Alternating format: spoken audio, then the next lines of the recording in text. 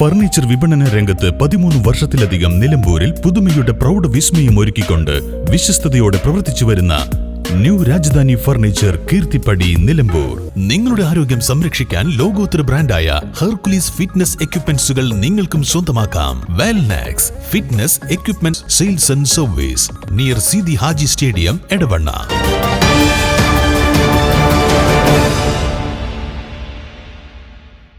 നിലമ്പൂർ നഗരസഭയിലെ പാത്തിപ്പാറയിൽ കാട്ടാനക്കൂട്ടം വ്യാപകമായ കൃഷിനാശം വരുത്തി. ശനിയാഴ്ച പുലർച്ചയ്ക്കാണ് സംഭവം. ജനവാസ മേഖലയിലാണ് കാട്ടാനകൾ ഇറങ്ങിയത്. കരിമ്പുഴ കടന്നെത്തിയ ആനകൾ പ്രദേശത്തെ കർഷകരുടെ മാസങ്ങളായുള്ള അധ്വാനമാണ് തകർത്തത്.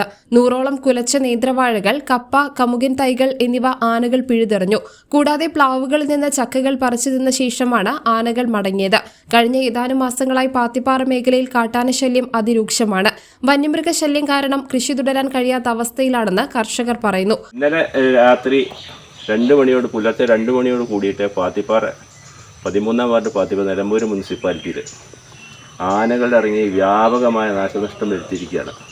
ഇത് ദാസൻ്റെ കുറേ വാഴ, അബ്ദുള്ളയുടെ വാഴകൾ, കവുങ്ങൻ തൈകൾ എല്ലാം അടിച്ചു നിരത്തി, പ്ലാവിലുള്ള ചക്കയെല്ലാം അടിച്ച് തള്ളിയിട്ടിട്ടുണ്ട്. അങ്ങനെ മാസങ്ങളായിട്ട് ആനകളുടെ ഒരു വിളയാട്ട് നടക്കുകയാണ് ഈ നിലമ്പൂർ പാത്തിപ്പാറ എന്ന സ്ഥലത്ത്. അപ്പോൾ അതിനുവേണ്ടിയ നടപടികളൊന്നും ഇതുവരെ അധികൃതർ എടുത്തിട്ടില്ല. നാശനഷ്ടങ്ങൾ കിട്ടുന്നില്ല. കൃഷിക്കാരല്ലേ തന്നെ ആകെ കഷ്ടത്തിലാണ്. ദാസൻ സംസാരിക്കും. ഞാൻ ദാസൻ പാത്തിപ്പാറ.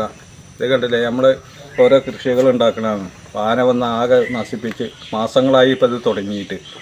ആര് അധികാരികളെ അറിയിച്ചാലും ആരും വരവുമില്ല, അന്വേഷണമില്ല, ഒന്നുമില്ല.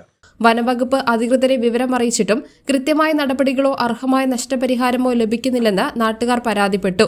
കൃഷിനാശം സംഭവിച്ചവർക്ക് അടിയന്തരമായി സഹായം നൽകണമെന്നും ആനശല്യത്തിന് ശാശ്വത പരിഹാരം കാണണമെന്നുമാണ് പ്രദേശവാസികളുടെ ആവശ്യം. News bureau, Nilambur.